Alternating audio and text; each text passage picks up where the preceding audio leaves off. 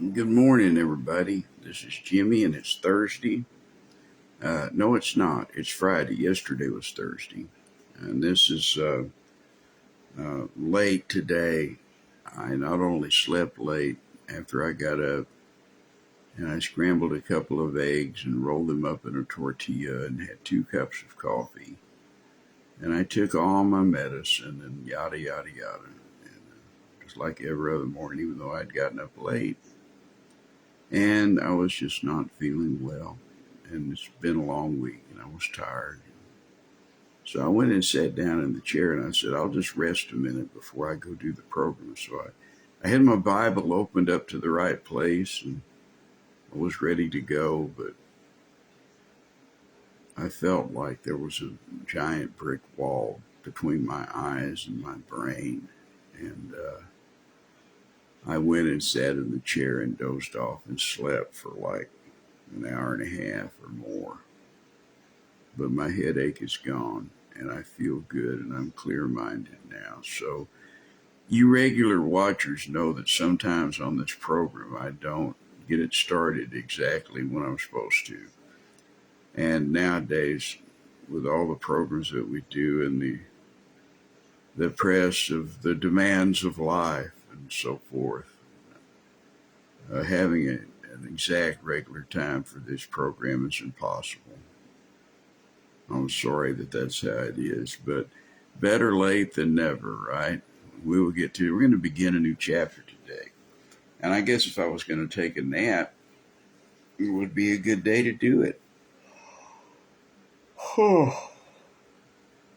I think my body is telling me that maybe I should go back to the chair after I do the program and go run my errands in town. Um, Maybe this is a day to have a salad at lunch instead of having a hamburger or something, right? We finished up a series of chapters about judgment, punishment, but promises and blessings that culminates in the kingdom age when the Lord Jesus will rule on the face of the earth.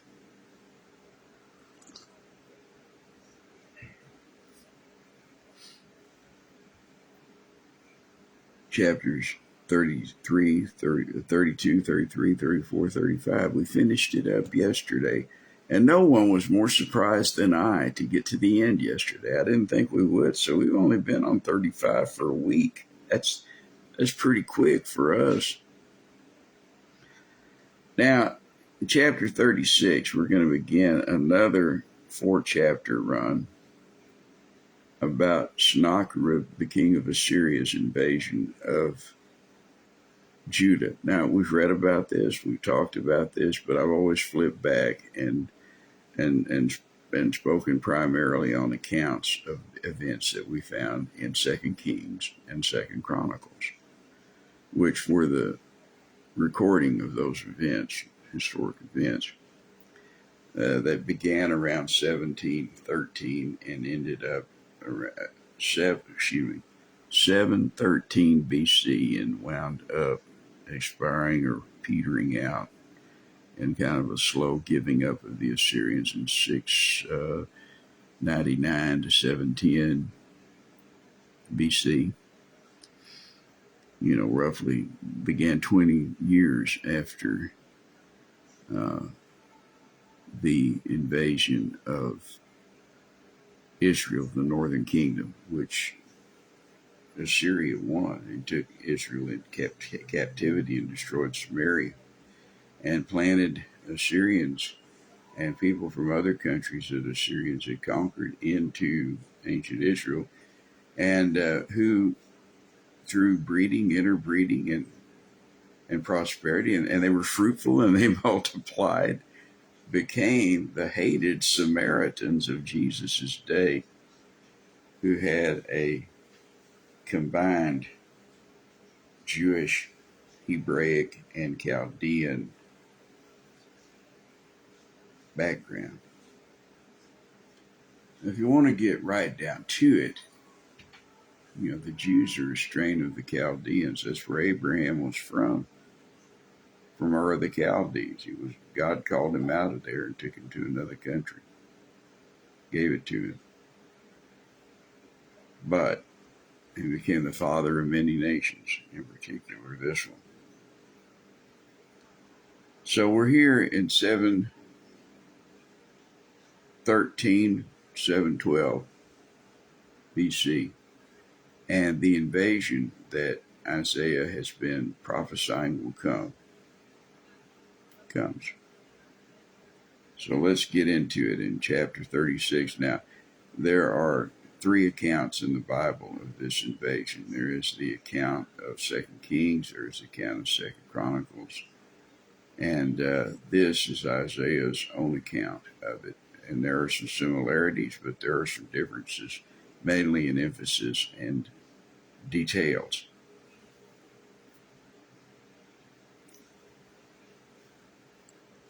Verse 1, chapter 36, the book of the prophet Isaiah.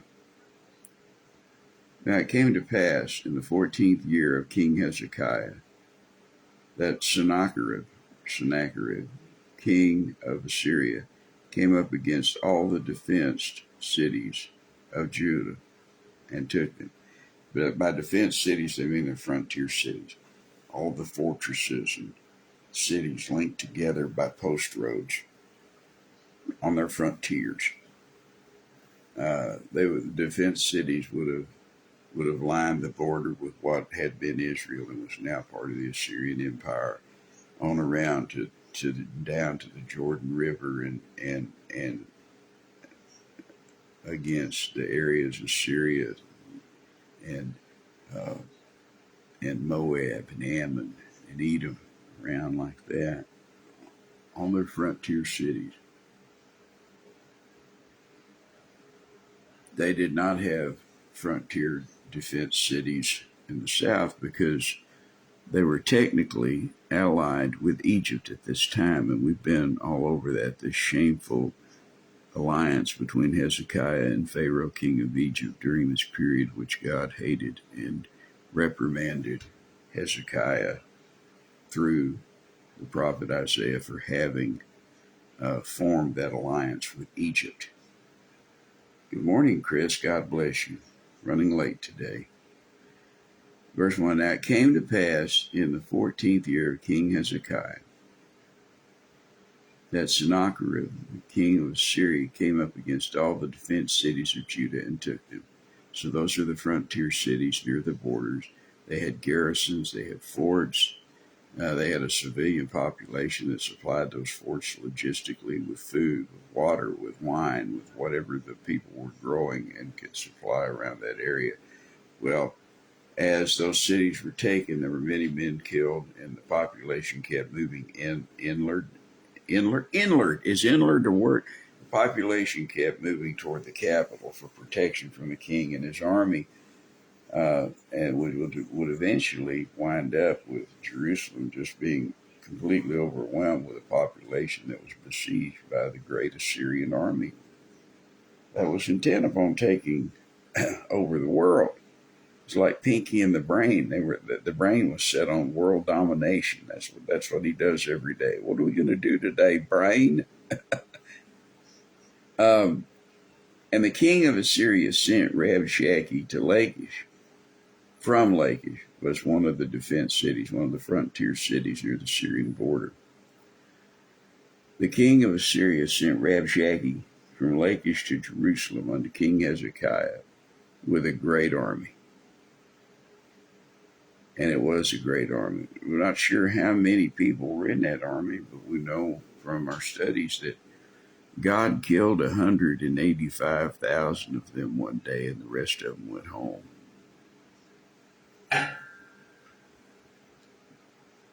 We learned that from 2 Kings chapter 19.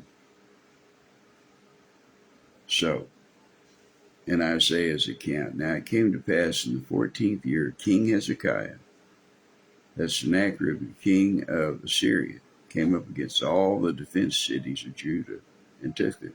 So they took all the outpost cities, they took all the forts, They killed a lot of the army. They put the army in retreat. They put the population into fearful flight, running away from the war toward Jerusalem. And the king of Assyria sent Rabshakeh.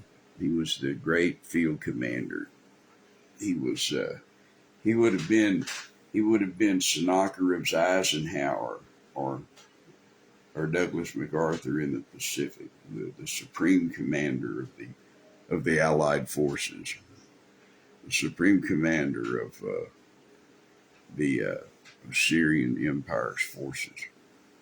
Of course, there were Babylonians, Medes, a lot of those other people who would become great kingdoms someday in the wake of the fall of the Assyrian Empire.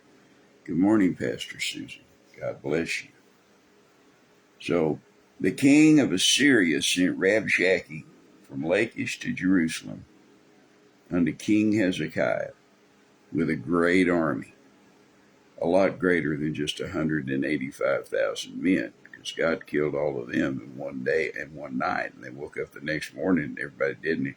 There were a bunch of corpses. Behold, they were all dead corpses. This good old General Rabshakeh's leading the army. And you're going to find out just how much he thinks of himself here in just a second, because he kind of fancies himself. I'm telling you, this guy, he thinks that the world trembles when he walks upon it. He sees himself as the big he-bull of the country. The big he-bull himself.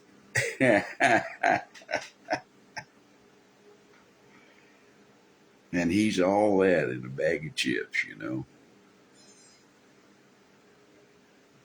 Thinks he's in charge of the world just because he can kill people and burn cities. You know, that never lasts very long. Dictators always lose. Bullies always get beat. Takes a while, but it always happens. And I believe it's because God judges. In the Psalm and the Proverbs you will read, it said that pride goeth before destruction, and a haughty spirit before fall. And God, he sustains the meek, and he destroys the proud. Good morning, Adam. Such a good morning, a beautiful sunny morning. I hope that you're not working in an attic. If you're working under a house today, at least you'll be in the shade. God bless you and your father in your work today. Well, the king of Assyria sent Rabshakeh from Lachish, which had belonged to Judah, of course, but Sennacherib had taken it and it was using it as his headquarters. You know how they did? They would bring people in. They'd bring in a guy, a farmer and his family, and they say, tell me how to get to Jerusalem or I'm going to kill all your family, plus all your goats and your cows, and I'm going to burn your house, you know. They have this of making you talk. Well, you know, Mr. Farmer says, well, you know, you just follow this trail on to the west from here, and eventually you'll come to Bethany, and it's just over the hill. Well, I don't know what he told him, but that's what happens when you start taking over a country. You defeat the army, you kill half the people, and you enslave the other half. That's the history of conquest, friend. Did you know the United States of America is the only country in the world that, when it fought wars as a country, didn't fight for conquest, but fought because they thought they was on the right side, most particularly during the 20th century, World War I and II. The first example of this, though, I believe, is the American Civil War, when Americans fought each other. And it was a fight over what the country meant and what the country was going to be, and whether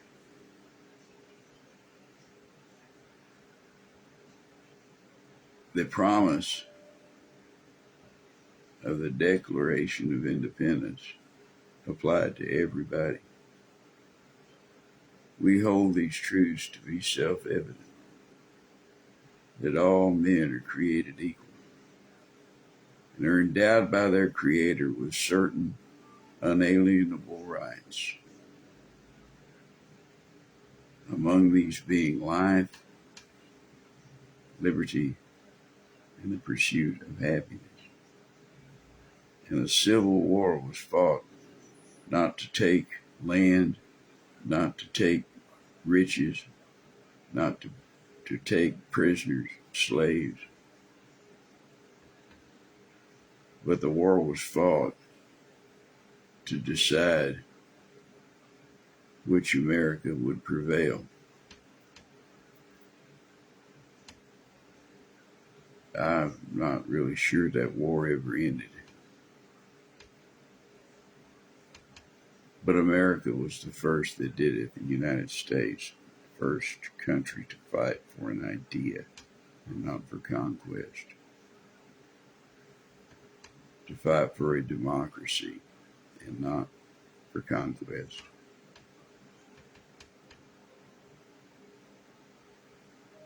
So, there are other similarities between that conflict and other wars, but they're minor compared to that. Now, the king of Assyria wanted slaves and gold. And back in the day and up until the 18th century, that is what war was fought over. Wars of conquest, property, money, slaves, booty, control of the road, control of the sea. Good morning, Charles. God bless you. So, Sennacherib was like any other dictator or king, and Rabshakeh was his best general. Sennacherib decided what they were going to do, and then old Rabshakeh, he had to do it. Now, it came to pass in the 14th year of the king Hezekiah that Sennacherib, the king of Assyria, came up against all the defense cities of Judah and took them. Verse 2, chapter 36, Isaiah. And the king of Assyria sent Rabshakeh from Lachish to Jerusalem unto King Hezekiah with a great army. And he stood by the conduit of the upper pool in the highway of the fuller's field. I mean, he came right up to the walls. The army probably stayed back there behind him, way out of rifle and catapult, rifle distance, way out of arrow distance. Also, you can shoot those arrows a long ways, point them straight up and go. That was their artillery.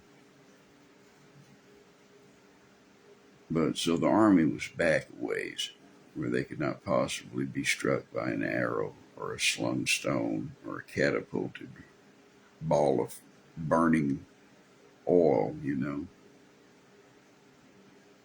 And the king of Assyria sent Rabshakeh from Lachish to Jerusalem unto King Hezekiah with a great army.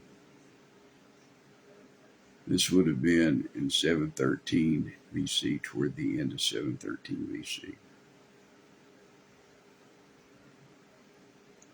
And he stood by the conduit of the upper pool in the highway of the fuller's field. Verse 3. Then came forth unto him Eliakim, Hilkiah's son, which was over the house and Shebna the scribe, and Joah, Asaph's son, the recorder. So these are the king's chief ministers. And so the king sends them up on the wall to talk to Rabshakeh, who's yelling up at him with his army back behind him a ways. And then here are the ministers of the king, Eliakim, Shebna, and Joah, and they're standing on the parapets up on the walls with the walls of all the armies of Judah behind them. They're lining the walls with their lances, their javelins, their spears, their bows and arrows, their swords, and ready to fight. But they are aware that whoever is being besieged always loses, because all the enemy has to do is wait until you run out of water, wait until you run out of food, wait until nobody comes to help you, and then you either surrender or they attack when you're at your weakest and burn you to the ground. The fire doesn't hurt the silver and the gold. You can kill all the people and burn the city and still haul away the gold and silver and bronze in that day.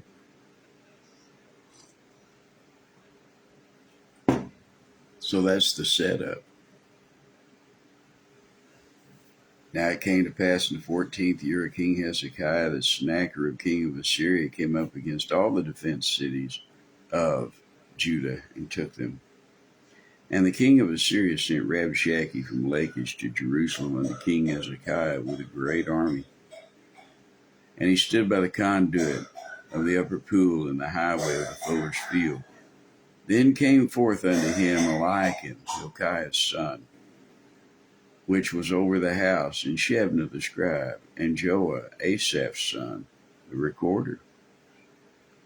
And Rabshakeh said unto them, Say ye now to Hezekiah, Thus saith the great king, the king of Assyria, What confidence is this, wherein thou hast trusted? Rabshakeh goes right up to the wall and yells up to men he knows are not Hezekiah, because the king would not have come up and stood on the parapet where he might get picked off by a sniper's arrow. That was how they did it back then. The king would fight in the battle, but he sent his ministers for the message.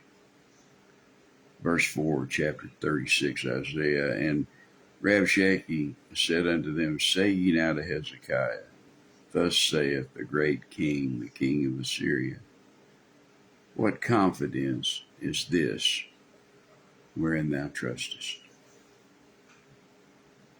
What makes you think that you can stand against the king of Assyria? What makes you think such a thing? Is it because you have such a great army? I have a much greater army. Is it because you have all the supplies you need?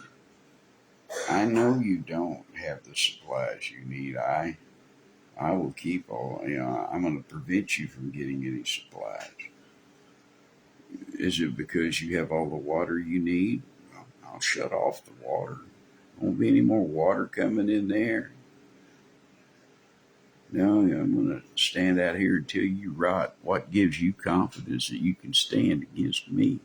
Says Rabshakeh, the great general. What is this confidence wherein thou trustest? And what he didn't understand, of course, was they were trusting in the Lord their God. And Isaiah had preached and prophesied and led Hezekiah to trust in the Lord his God.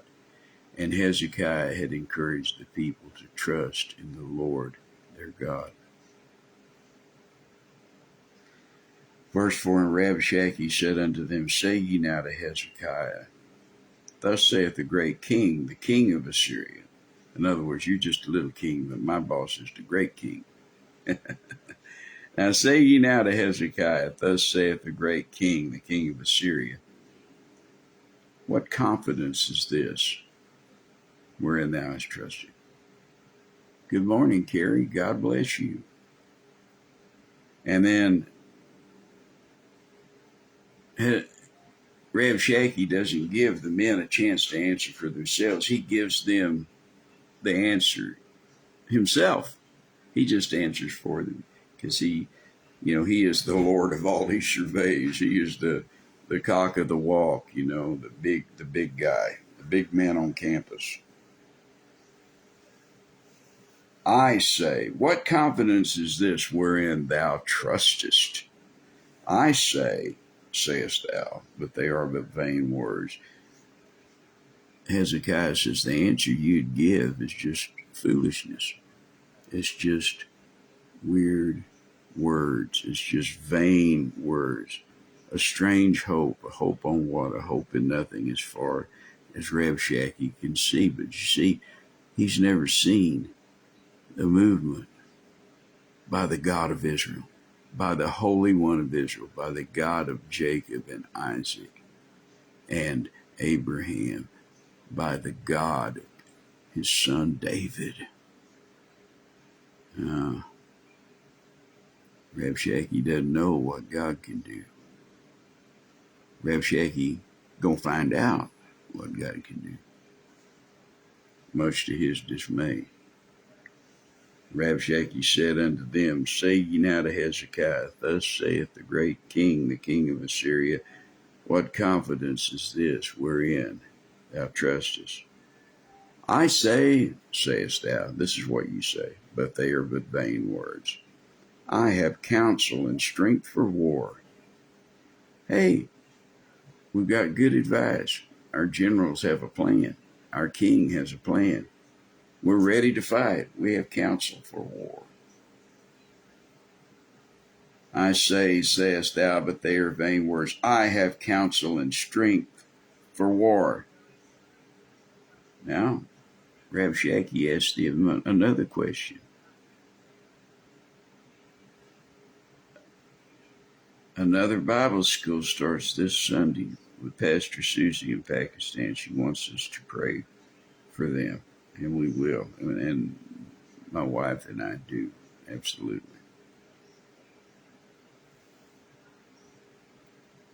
Now, on whom dost thou trust, thou that rebellest against me? In other words, you say you have strength for war, and you have trust, and this is where we learn for the first time publicly about this alliance with Egypt.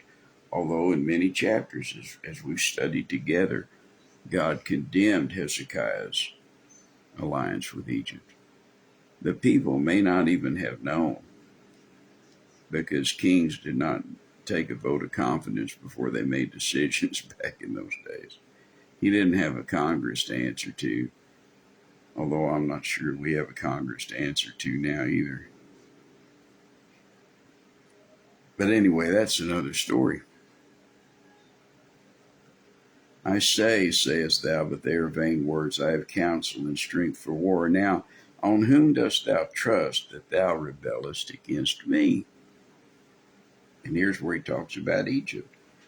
I believe this is the first time the people of Jerusalem knew that they were allied with Egypt, because Egypt had been off fighting Rabshakeh somewhere else. As a matter of fact, he'll have to turn and go fight Egypt again while he's still encamped against Jerusalem. But that's in the future. Lo, thou trustest in the staff of this broken reed on Egypt. Rabshakeh says, hey, if all you're trusting on is Egypt, it's not going to do you any good, because I'm going to whip Egypt. I got them on the run now, baby. I beat them twice. And they're moving south. I'm going to keep beating them until they're not in my way anymore. And then I'm going to go down into Egypt and just take over, which he wound up not doing. He got close. He invaded, and he took a few cities, and he carried off some gold.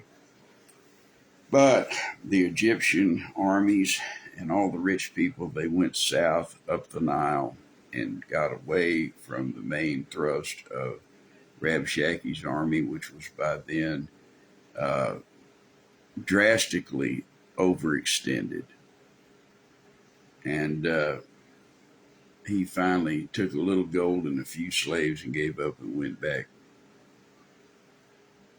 to Assyria.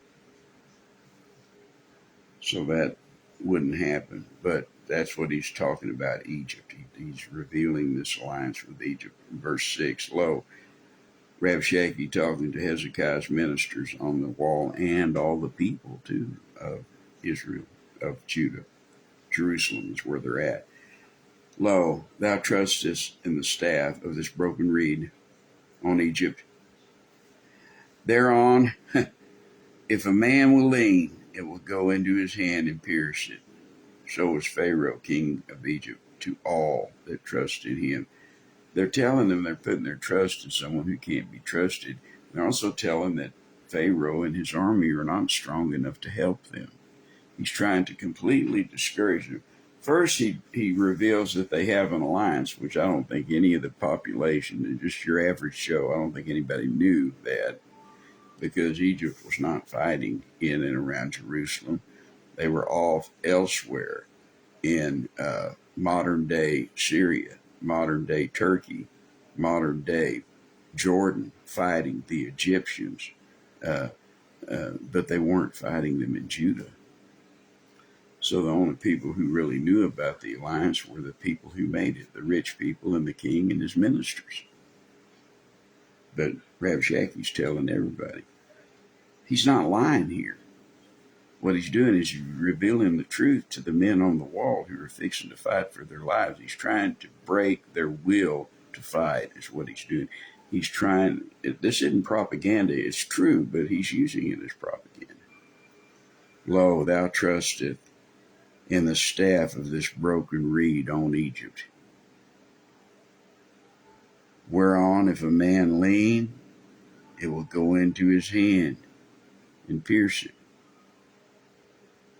So is Pharaoh's, king of Egypt, to all that trust in him. And your trust in the Pharaoh will not do you any good.